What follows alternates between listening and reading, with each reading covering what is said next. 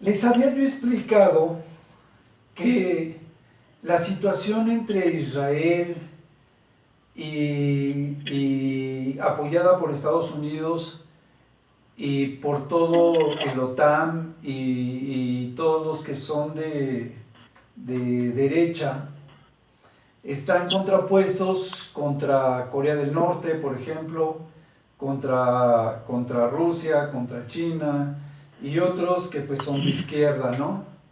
Y sobre todo, pues ahorita con la guerra que tiene Israel con Gaza, pues es o Hamas, pues es en la franja de Hamas, pues es un conflicto. Les decía yo que seguramente nos va a llevar a un pacto santo, ¿no? Al pacto santo que estaba profetizado en la Biblia. En Israel hay tres tipos de palestinos que permanecen en Israel o en las partes territoriales de Israel o en las orillas de Israel.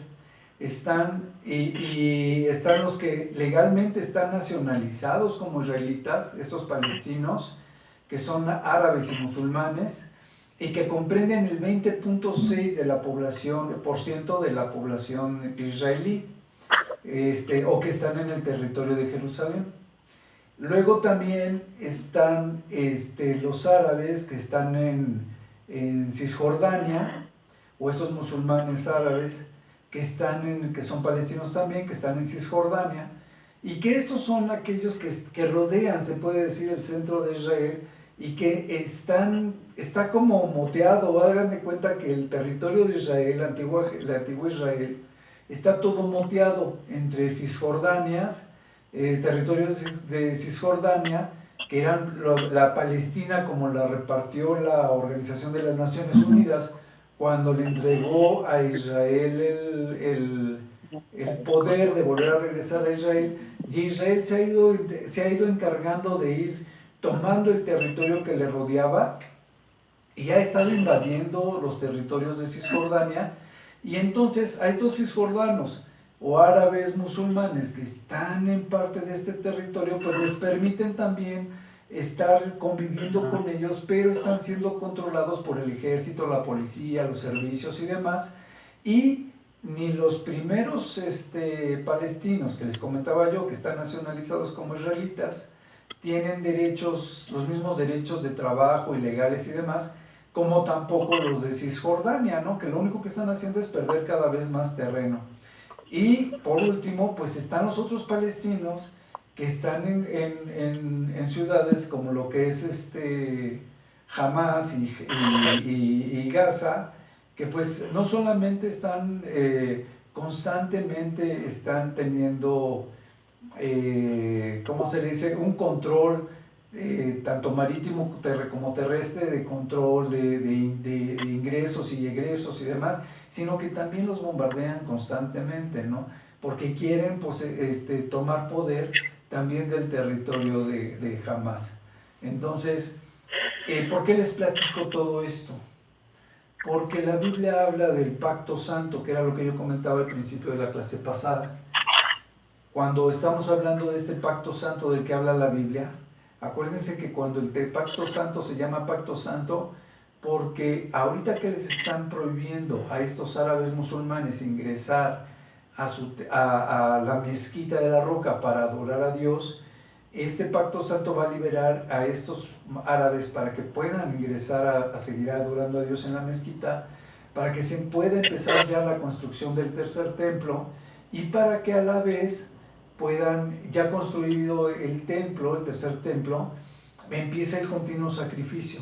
Acuérdense que les he dicho varias veces que una vez construido el tercer templo, a los 7 años de construido el tercer templo, viene el Señor Jesucristo. Mi manera de pensar es que la situación se está poniendo tan compleja que decía Mateo 24 creo que era no recuerdo los versículos, si era 24 y 25, o 4 y 5, donde decía el Señor, ¿no? No, era 4 y 5, que decía, oiréis de guerras y rumores de guerras, ¿no? Y que no es el fin, pero que tampoco es en ese momento la venida del Señor Jesucristo. Entonces, tenemos que estar con el conocimiento de nuestra Biblia bien dominado para que sepamos cómo vienen los tiempos de la venida del Señor Jesucristo y reconocer las señales que marca la Biblia. Entonces, regresemos al estudio ahora sí de Hebreos. En Hebreos, habíamos visto que en Hebreos del 1 al 10 es un bosquejo donde Jesucristo es reconocido como el Hijo de Dios y que al Hijo de Dios, a este Jesús, le sujetaron todo para que cuando nosotros fuésemos salvos a través del sacrificio de Jesucristo en obediencia y en la cruz, Él nos pudiera dar a través de este evangelio la salvación, a través de esta acción de obediencia y ser crucificado y ser resucitado nos diera a nosotros la salvación. Iba todo a ser liberado, ¿no?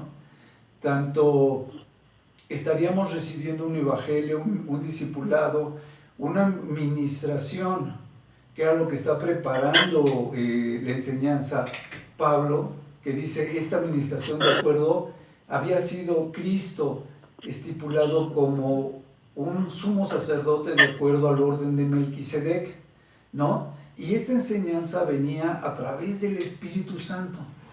¿Por qué? Porque decíamos que Jesucristo viene a darnos este evangelio con el ejemplo, con el poder, con la doctrina y con el sacrificio de sí mismo, y se vuelve, cuando nosotros aprendemos y somos discipulados por el Señor Jesucristo, o este hecho del Señor Jesucristo, también nos volvemos un sacerdocio santo, como lo era Jesucristo por el orden de Melquisedec, y que este evangelismo o este discernimiento o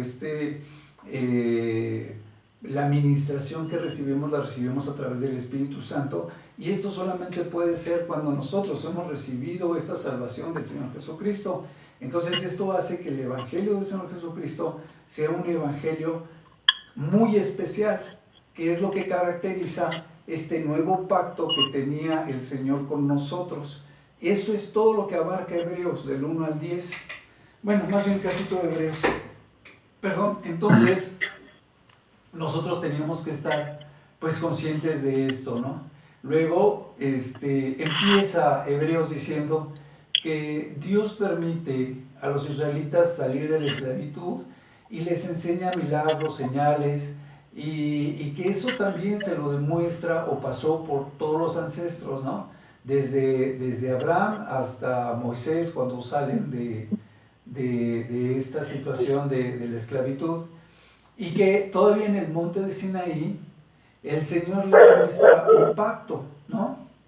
Y que este pacto venía también a través de las tablas de la ley, y así también estipulan a través de la misma ley y no las tablas de la ley, sino a través de la ley o lo que después se dio como los decretos que tenían que seguir, viene cuando establecen a la tribu de Leví para el sacerdocio, ¿no? Pero esto no evita que tanto ellos fueran incrédulos como idólatras, y esto hace que entonces cuando el Señor los reprende, los haga vagar durante 40 años en el desierto, ¿no? Ok, y entonces, prácticamente tomando este ejemplo, es que Pablo les empieza a decir en la primera parte, les dice cómo Dios sujetó todas las cosas al Señor Jesucristo y lo hace hombre, para que Él, siendo hombre o siendo carne, sea un testigo fiel de lo que es Dios y de la voluntad de Dios, que Dios quería para su pueblo, ¿no? Y para todos aquellos que creen en el Señor Jesucristo, ¿no? Entonces, esto lo dice más o menos desde el primer capítulo hasta el tercero, y yo les decía que el Señor Jesucristo, bueno, lo que dice Pablo es que decía que Dios de varias maneras a través de los profetas había hablado a sus antepasados o a nuestros antepasados, porque en este caso pues nosotros se puede decir que estamos sujetos también bajo la ordenanza que tenían para los judíos, dice en otras épocas, Dice, pero en estos días finales, ahora somos instruidos y somos guiados por su Hijo, por el Señor Jesucristo, ¿no? Esto decía Hebreos 1, del 1 al 3. Entonces, ahorita, como yo les decía, pues ya es una manera diferente de asimilar el Evangelio del Señor Jesucristo, porque ya somos guiados o discipulados a través del Espíritu Santo, ¿no? Mientras que antes eran por los profetas o por los patriarcas, ahora somos ministrados a través del Espíritu Santo y a través del ejemplo de Jesucristo. Entonces, se podría decir que en la primera parte del 1 al 3 dice que a ninguno de los ángeles antes se les había dicho que ellos fueran el Hijo. Ellos estaban puestos para el servicio y el ministerio, ¿no? Pero sin embargo a Jesucristo lo nombra como su Hijo y le hace poco menor que los ángeles cuando Él es en carne, pero cuando Él muere, es crucificado y resucita, entonces ya es mayor que los ángeles, ¿no? Entonces, después de su sacrificio, a Jesucristo lo hacen mayor que los ángeles. ¿Por qué es importante esto? Porque, como yo les decía, ahorita la administración que estamos recibiendo ya no es por los profetas, ya no es por los ángeles, ya no es por los patriarcas. Pablo está empezando a enseñarnos que el principio de esta enseñanza, de todo lo que nosotros entendemos y hacemos, es a través del Espíritu Santo, por el ejemplo de Jesucristo y por el sacrificio del Señor Jesucristo, ¿no? Y entonces dice, ese es del 1 al 3, del 3 al 5 más o menos, dice que todo fue creado por el Señor Jesucristo y que así todo le fue sujeto al Señor Jesucristo, ¿no? Para que cuando Él pasase por estas pruebas y saliese victorioso del sacrificio al cual estaba siendo llamado, y fuese obediente, al salvarnos, iba a salvar todo lo que había sido sujeto al Señor Jesucristo, ¿no? Y entonces dice, fíjense los pasos, ¿no? Entonces, aquí ya entra en la parte de que el Señor Jesucristo está siendo sujeto a es el precursor, se puede decir, de este sacrificio, de esta obediencia, porque en esta parte, cuando empieza del 5 al 7 más o menos, se habla de que el Señor Jesucristo entonces es establecido con un sumo sacerdocio como el sumo sacerdote según el orden de Melquisedec, ¿no? Entonces, dice Pablo, ok, todas esas partes que ya les expliqué ya quedaron claras. Y dice, entonces, Moisés ciertamente fue obediente cuando hizo el tabernáculo y hizo el templo y otras cosas, dice, pero Moisés hizo algo terrenal, mientras que Jesucristo fue el creador del universo y tiene por supuesto mucho mayor honra, porque mientras que el otro era material, Jesucristo fue obediente en lo espiritual, en lo eterno. Dice, y entonces, dice, Moisés, cuando le da los diezmos a Melquisedec y que ya existía el tributo o los diezmos que se tenían que dar a la tribu de Leví, dice la Biblia que Moisés está reconociendo que Melquisedec, cuando va y le da los diezmos, reconoce que Melquisedec es superior a Moisés, porque Melquisedec era un sacerdote que no era de la tribu de Leví, y el Señor Jesucristo no era de la tribu de Leví, sino que era de la tribu de Judá, y sin embargo también era establecido, así como Melquisedec, era establecido como un sumo sacerdote establecido por Dios. Aunque no estaban dentro de la tribu del sacerdocio, ellos establecían un sacerdocio superior, un sacerdocio directamente impuesto por Dios. Entonces, como un eterno sacerdote es establecido el Señor Jesucristo, porque hasta esta eternidad y por toda la eternidad nosotros vamos a estar sujetos a este sacerdocio a través del Espíritu Santo.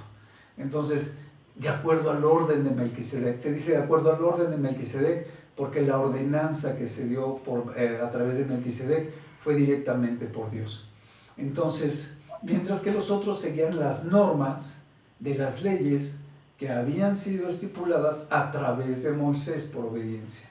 Entonces, este sacerdocio directamente establecido por Dios, pues obviamente nos hace unos sacerdotes directamente conocedores del carácter de Dios, a través de obedecer a Jesucristo, de aceptarle a Jesucristo.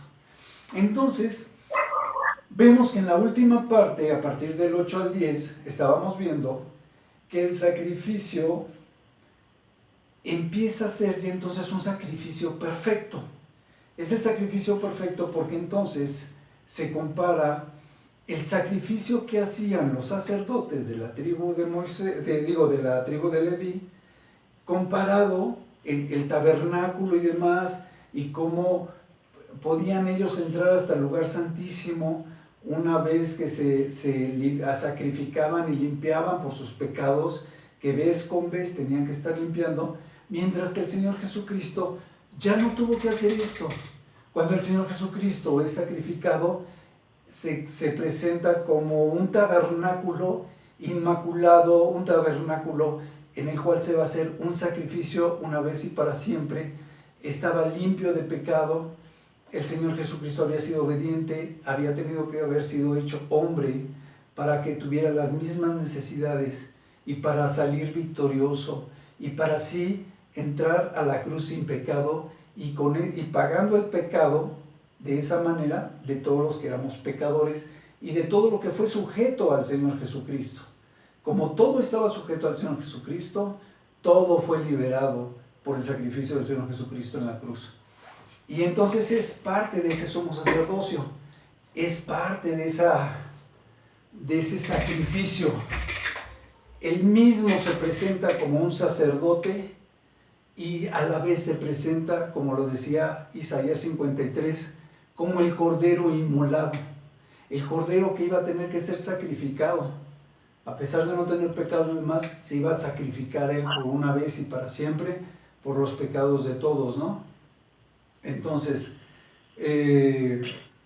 decía este Pablo en esta misma parte, que nosotros teníamos que tener mucho cuidado, porque si aquellos que habían pecado, estando bajo la ley, habían tenido un juicio y un castigo, como cuando los tiene 40 años en el desierto vagando, dice, ¿cuánto más nosotros, si subestimamos o no le damos la importancia necesaria al sacrificio de Jesucristo con esta doctrina, con este evangelio tan santo, tan puro, tan único?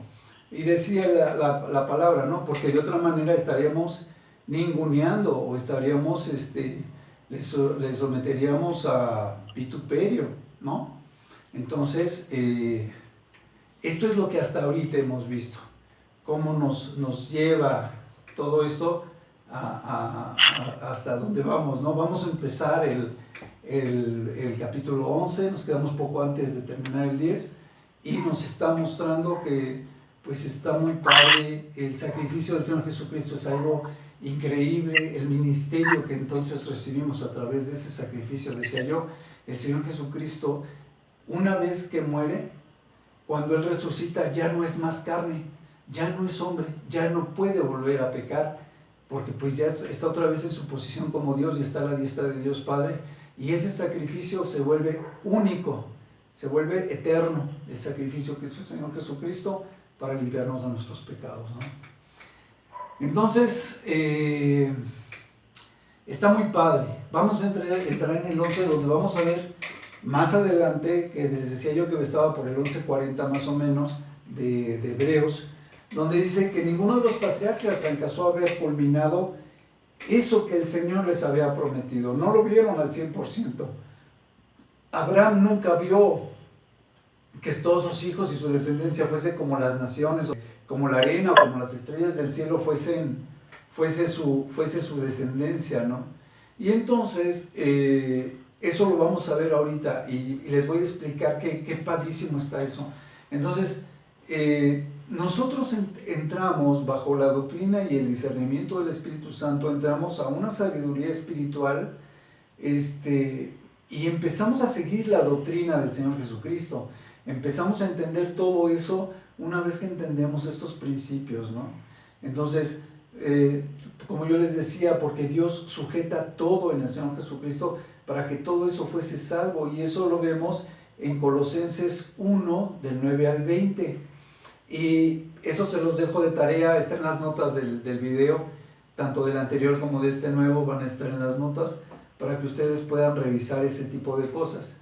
Y también donde dice que la creación fue sujetada a vanidad y a esperanza, porque también la creación misma va a ser liberada de la esclavitud y de la corrupción a la libertad gloriosa de los hijos de Dios. Y eso viene en Romanos 8, del 20 al 21. Y también donde dice que el patio, yo les platicaba que el patio, cuando las profecías dicen que en este pacto santo, el patio del templo va a ser cedido a los gentiles. Y en la otra mitad va a construirse el nuevo templo.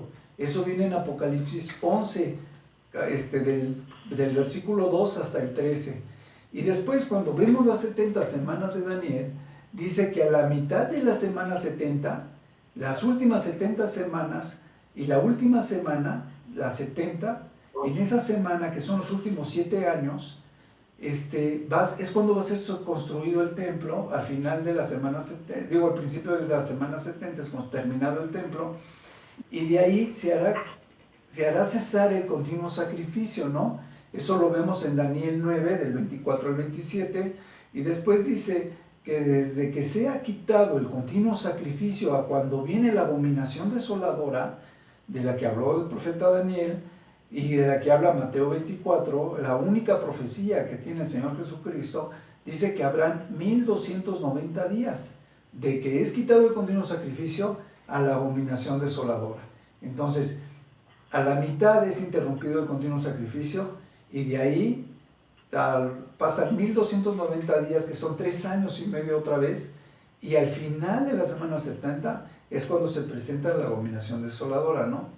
Entonces dice la Biblia que bienaventurado el que llegue a los 1335 días, porque entonces viene la venida del Señor Jesucristo.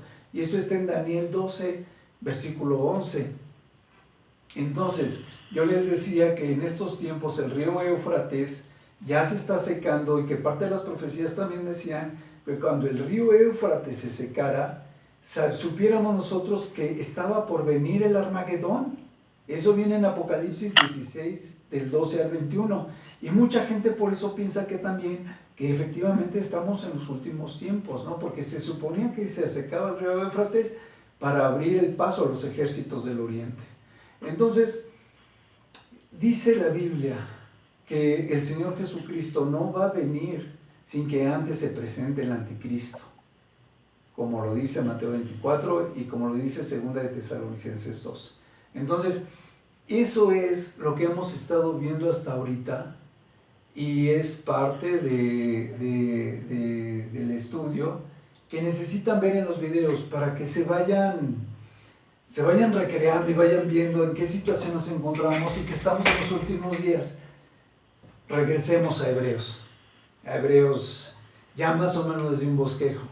Entonces, estábamos viendo al final de Hebreos 10, nos quedamos más o menos a la mitad de Hebreos 10, y les decía yo que se hablaba de que Jesucristo había sido establecido como según la ordenanza de Melquisedec.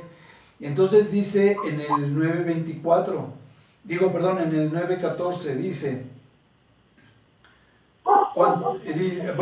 decía en el 13, porque si la sangre de los toros y de los machos cabríos y las cenizas de la becerra rociadas a los inmundos santifican para la purificación de la carne, cuánto más la sangre de Cristo, el cual mediante el Espíritu eterno se ofreció a sí mismo sin mancha a Dios, limpiará vuestras conciencias de obras muertas para que sirváis al Dios vivo, ¿no?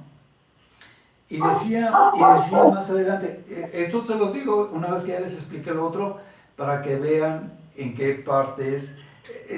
Son muchísimos los versículos que abarcan todo esto que les he estado platicando. Y después decía en el 9:24, ahora sí, decía, porque no entró Cristo en el santuario hecho de mano, figura del verdadero, sino en el cielo mismo para presentarse ahora por nosotros ante Dios, y no para ofrecerse muchas veces, como entra el sumo sacerdote en el lugar santísimo cada año con sangre ajena. De otra manera le hubiera sido necesario padecer muchas veces desde el principio del mundo, pero ahora, en la consumación de los siglos, se presentó una vez para siempre por el sacrificio de sí mismo para quitar de en medio el pecado.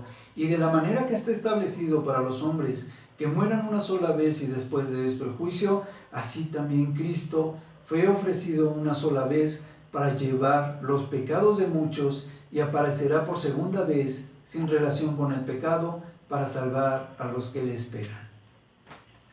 ¿Ok? ¿Ya vieron? La asociación entre el Cordero, el sumo sacerdocio, cómo fue todo creado y todo fue sujeto al Señor Jesucristo, y cómo todos vamos a ser salvos a través del Señor Jesucristo. Bueno, se acabó la clase y nos vemos allí. Ahora sí vamos a empezar. Les decía yo, pero continuaba. Me quedé corto porque, y entonces continuaba, ¿no? Y entonces decía que, fíjense, el 10.1 dice, porque la ley teniendo la sombra de los bienes venideros, no la imagen misma de las cosas, nunca puede, por los mismos sacrificios que se ofrecen continuamente cada año, hacer perfectos a los que se acercan. De otra manera cesarían de ofrecerse pues, estos sacrificios que se hacían de continuo, pues los que tributan este culto limpios una vez no tendrían ya más conciencia del pecado, pero en estos sacrificios cada año se hace memoria de los pecados, porque la sangre de los toros y de los machos cabríos no pueden quitar los pecados. Dice el 8, diciendo primero, está hablando de los sacrificios y dice, diciendo primero, sacrificio y ofrenda y holocausto y expiaciones por el pecado no quisiste, como le decía al rey Saúl, ¿no? Dice, no quisiste, ni te agradaron, las cuales cosas se ofrecen según la ley. El mismo Dios había establecido eso para que ellos tuviesen con qué limpiar sus pecados, pero no le agradan a Dios. Y diciendo luego, he aquí, vengo, oh Dios, para hacer tu voluntad, quita lo primero para establecer esto último. Quitar los sacrificios para hacer la voluntad de Dios. ¿Cómo nos volvemos obedientes? Ya lo he dicho, a través de la fe, a través del temor de Dios. Eso nos hace ser obedientes de una manera muy sencilla, en automático. Y dice, en esa voluntad somos santificados mediante la ofrenda del cuerpo de Jesucristo, hecha una vez y para siempre. ¿No? Lo mismo que decía al cerrar el 9. Dice el 12, pero Cristo, habiendo ofrecido una vez para siempre un solo sacrificio por los pecados, se ha sentado a la diestra de Dios. De ahí en adelante, esperando hasta que sus enemigos sean puestos por estrado de sus pies, porque con una sola ofrenda hizo perfectos para siempre a los santificados, y nos atestigua lo mismo el Espíritu Santo, porque después de haber dicho, este es el pacto que haré con ellos, después de aquellos días, dice el Señor, pondré mis leyes en sus corazones y en sus mentes las escribiré. Entonces, ya no es por ley escrita, es la ley de Dios a través de la administración del Espíritu Santo en nuestras mentes y en nuestro corazón. ¿Ok? Entonces, ¿cómo se logra eso? Estando sujetos a la palabra de Dios, teniendo una relación con el Señor Jesucristo y con Dios. Después dice, y añade, y nunca más me acordaré de sus pecados y transgresiones. Dice en el 19, así que hermanos, teniendo libertad para entrar en el lugar santísimo por la sangre de Jesucristo, por el camino nuevo y vivo que Él nos abrió a través del velo, esto es su carne, Y teniendo un gran sumo sacerdote sobre la casa de Dios, acerquémonos con un corazón sincero, en plena certidumbre de fe, muy ciertos en la fe, fuertes, purificados, con los corazones de mala conciencia y lavados los cuerpos con agua pura. Mantengámonos firmes sin fluctuar la profesión de nuestra esperanza, porque fiel es el que prometió. ¿Ven? ¿Cómo ven? Está padrísimo, ¿no? ¿Está claro? Venía hablando de cuál debe de ser nuestra actitud, ¿no? Una actitud de una fe completa, un ministerio bien entendido, bien sabido, una relación, etcétera, etcétera, una administración del Espíritu Santo, etcétera, etcétera. Estamos recibiendo el sumo sacerdocio del Señor Jesucristo con la enseñanza a través del ejemplo cuando era hombre hecho carne y después, una vez resucitado, el sacrificio que Él dio para el perdón de nuestros pecados. Y entonces sobre esto está nuestra fe puesta. Y entonces como nuestra fe es íntegra, es fuerte, entonces tomamos esa misma fe y dice que si pecamos por propia voluntad, después de que hemos recibido el conocimiento de esta salvación tan profunda, ya no queda ningún otro sacrificio que el Señor Jesucristo pudiera hacer por nosotros, ¿no? Dice, y entonces pues queda una horrenda expectación del juicio en nuestras vidas, porque ya no hay más manera de poder ser salvos. Dice, y viene entonces pues un hervor de fuego que va para los adversarios o para los enemigos que se hacen de Dios, ¿no? Y dice, y entonces el que viola la ley de Moisés, por el testimonio de 2 o 3, va a ser muerto irreversiblemente, ¿no? O sea, si en las cosas del mundo, o lo que se estipuló por ordenanza humana, que eso lo dijo los capítulos anteriores, tuvo cierto castigo, cuando tú hablas, agredes este testimonio del Señor Jesucristo, si apostatas contra la fe en el Señor Jesucristo, entonces pues te espera un castigo mucho mayor, te espera ya un castigo sin perdón. Por eso en capítulos anteriores también hablaba contra la apostasía, ¿no? No puedes apostatar de algo cuando ya tienes todo el conocimiento de la palabra, ya sabes del bautismo, de que Cristo murió, de la resurrección de muertos, de la imposición de manos, de otras cosas que vimos en los capítulos anteriores, con donde dice que tenemos que dejar esas viejas doctrinas y que tenemos que crecer, ser más fuertes, más maduros y dejar esa lechita de la imposición de manos, del bautismo, del Espíritu Santo y otras cosas. Porque ciertamente esas doctrinas las seguimos aplicando para enseñar a nuestros discípulos, pero eso nosotros ya lo tenemos bien conocido y ya no tenemos que regresar a eso. Y esto es parte de lo que está diciendo aquí. Ya conoces tanto de la fe, ya conoces tanto de la palabra de Dios, que ya no puedes regresar a la apostasía. Ya no te queda más que ser obediente. El conocimiento te trae temor, decíamos en alguna ocasión, temor a Dios. Y las cosas profundas de Dios se las da solamente a aquellos que le temen, no se las da a todos. Los secretos de Dios se los da a aquellos que le temen. ¿Se acuerdan cuando vimos ese salmo? Entonces, los secretos de Dios es lo que nosotros ya disfrutamos y nosotros ya no podemos ser apóstatas. Déjenme centro un poco porque estoy medio chueco. Entonces, fíjense, entonces sigue diciendo, el que viola la ley de Moisés pues tenía un castigo, el que viola lo que hizo el Señor Jesucristo pues dice, y entonces dice en el 29, ¿cuánto mayor castigo pensáis que merecerá el que pisotea al Hijo de Dios y tuviere por inmunda la sangre del pacto, de este nuevo pacto? Todos los pactos que se hicieron con Adán, con Moisés, con Abraham y todos esos pactos que se hicieron con los patriarcas, que lo vamos a ver en el final del 11, que padre, todos esos pactos fueron pactos pasajeros. El único pacto eterno es el pacto que está, el nuevo pacto, y el único que se quedó permanente es el pacto que está en la sangre del Señor Jesucristo, en el sacrificio del Señor Jesucristo. Por eso en la Santa Cena dicen, este es el pan, el cuerpo del nuevo pacto, ¿no? Y la sangre del nuevo pacto, porque es la representación del sacrificio del Señor Jesucristo Decíamos en alguna parte, como en el bautismo, es la muerte al viejo hombre y la resurrección a través del sacrificio de Cristo en carne y en sangre y renovados en espíritu.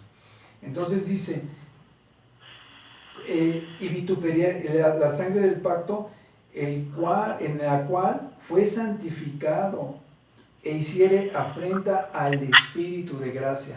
O sea, estás redarguyendo al Espíritu cuando haces algo así de que vituperias o que lo ninguneas o que apostatas y que tiendes a otro tipo de fe o otro tipo de evangelio, porque la gente que no conoce la palabra es la única que puede, que no conoce bien de la salvación. Aquellos que se dicen cristianos y que después los ves con otras religiones muy diferentes a esta del evangelio del Señor Jesucristo, nunca conocieron realmente la salvación, realmente nunca fueron cristianos. Entonces dice en el 30, pues conocemos al que dijo, mía es la venganza, yo daré el pago, dice el Señor. Y otra vez dice el Señor juzgará a su pueblo. ¿Ok? Y abogado tenemos para con Cristo, también lo dice. Entonces, horrenda cosa es caer en manos de un Dios vivo, ¿no? Horrenda cosa te es si fallas, si fracasas, si lo ninguneas. Dice en el 34, porque de los presos también os compadeces, dice, y el despojo de vuestros bienes sufriste con gozo, sabiendo que tenéis en vosotros una mejor, perdurable herencia en los cielos.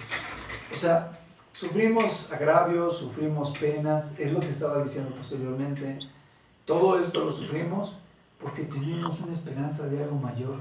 Sabemos que Dios está en control de nuestras vidas, en todo, desde lo más mínimo hasta lo más importante de nuestras vidas. Dios está en control de nuestras vidas, de todo aquello que deseamos, de todo aquello que amamos.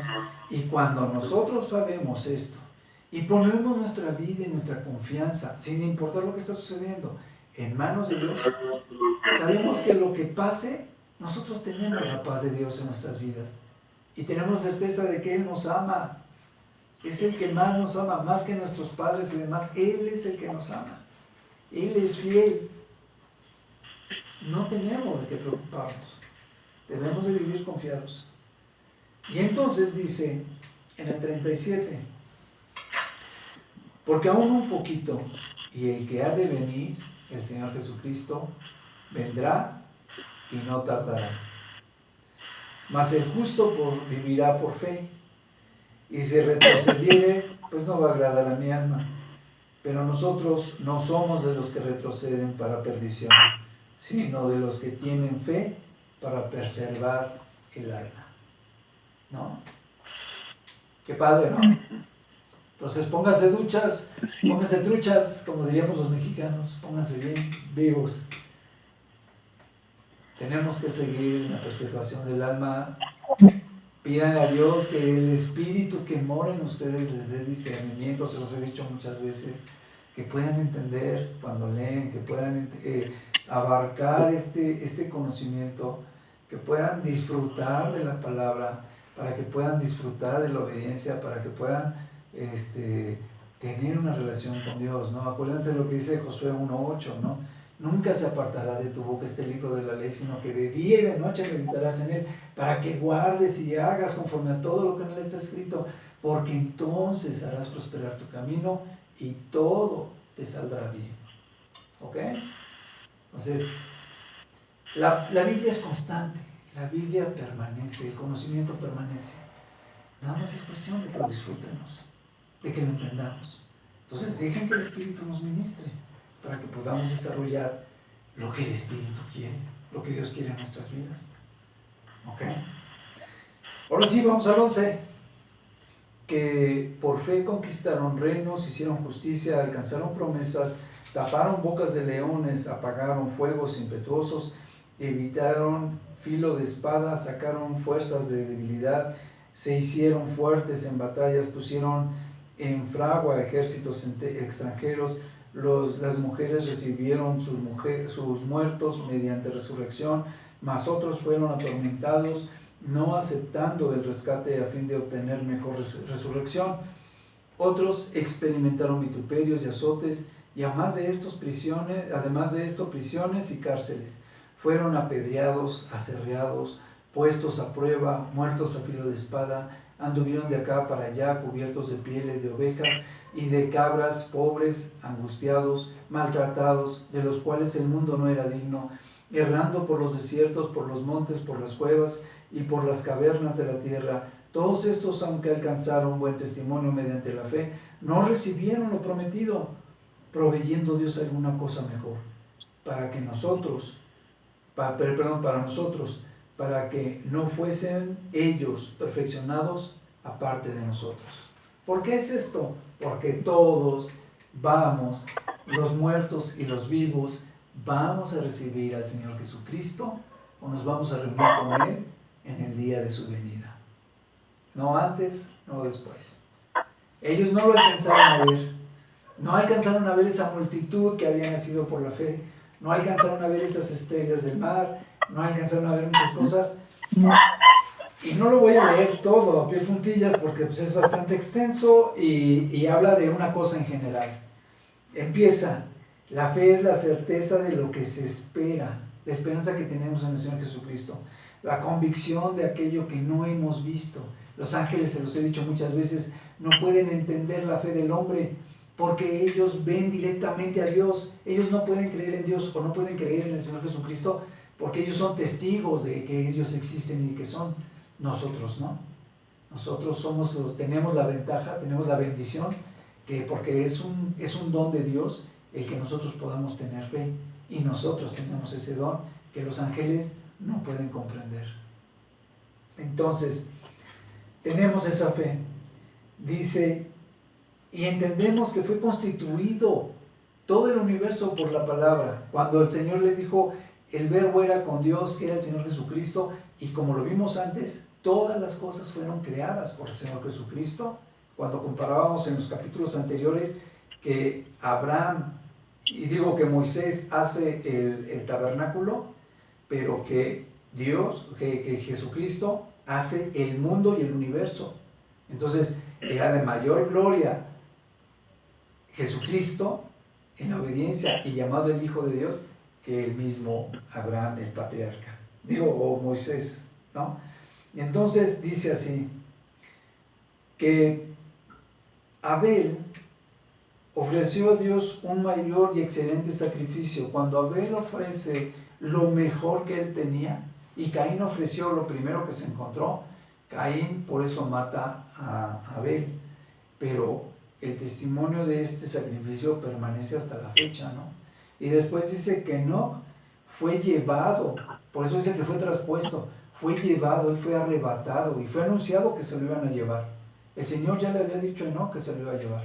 Entonces, se lo lleva y él no vio la muerte. Es uno de los pocos que no vio la muerte, así como el profeta Elías. Creo que de Moisés nunca se supo, pero los que sí se sabe seguramente, porque así lo dice la Biblia, es que Elías y Enoc fueron llevados por el Señor, fueron llevados al cielo y no fueron muertos. Entonces Enoc es otro de los que fue traspuesto y lo traspuso Dios, no sé, se lo llevó Dios, y dio testimonio de que todo lo que había hecho Enoc le agradaba a Dios, y Dios mantuvo le agradaba, le obedecía. Enoc era obediente en todo. Y dice, más adelante el 6 dice, sin fe es imposible agradar a Dios, porque es necesario que el que se acerca a Dios crea que le hay y que también es galardonador de aquellos que lo buscan. Lo mismo que decíamos, ¿no? Dice el 10 que eran todos ellos herederos de diferentes cosas. Dice, y hablando de Jacob, decía, ¿no? Que porque él esperaba aquella ciudad que tiene fundamentos, cuyo arquitecto es el constructor de Dios. Todos sabemos que cuando la tierra va a terminar, el cielo va a terminar, y que viene la nueva Jerusalén, que es donde vamos a estar habitando nosotros. Y si no mal recuerdo, las medidas de la Nueva Jerusalén es 10 veces más grande que la tierra. Eso es lo que nos daban las medidas del Apocalipsis, si no mal recuerdo. Y habla de otras, y dice, que el 13 dice que conforme a esta fe, todos ellos murieron sin haber recibido esto que habían prometido. Le habían dicho, por ejemplo, a Abraham que su descendencia iba a ser como el cielo y como la arena del mar, las estrellas de los cielos y la arena del mar. Y él nunca ve, eso él no lo llegó a ver, murió sin haberlo recibido. Tenía la promesa, tenía uno de los pactos, pero nunca lo llegó a ver. Sin embargo, con el Señor Jesucristo se cumple esto. Y dice, lo veían de lejos y lo creyó y confesó, ¿no? Lo saludó y confesó que ellos eran extranjeros y peregrinos sobre esta tierra, venían de paso y que realmente pues lo que venía después de esta vida era lo que ellos estaban esperando, era donde ellos sabían que se iba a culminar estas promesas del pacto con Dios. Y dice el 16, ¿qué sucedía con ellos? Ellos anhelaban una mejor tierra, una mejor herencia. Dice, esta herencia celestial, por lo cual Dios no se avergonzaba de llamarles hijos de Dios, no hijos de, sí, que se llamase Dios de ellos o ellos hijos de Dios o Dios de ellos. Dice, porque Él les tenía preparada esta ciudad, sobre la esperanza que ellos habían muerto. Y dice más adelante, Abraham cuando fue aprobado ofreció a Isaac, ofreció a Isaac. Isaac, bueno, y lo dice más adelante y lo voy a seguir explicando, dice, ofreció a Isaac y dice, al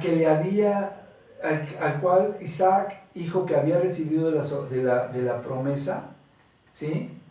Que él era su unigénito, Isaac era el unigénito. Cuando recibe esta promesa, que creo que eran los 90 años de Abraham, sí, 90, creo que a los 100 lo tiene, algo así. El caso es que él tenía 100 y Sara 90 cuando tienen a Isaac. Ellos no habían tenido otro hijo. Venía primero la promesa, algunos dicen que pasaron 20 años, pero el caso es que sí, pasó bastante tiempo. Cuando él tiene 100 años, tiene a Isaac.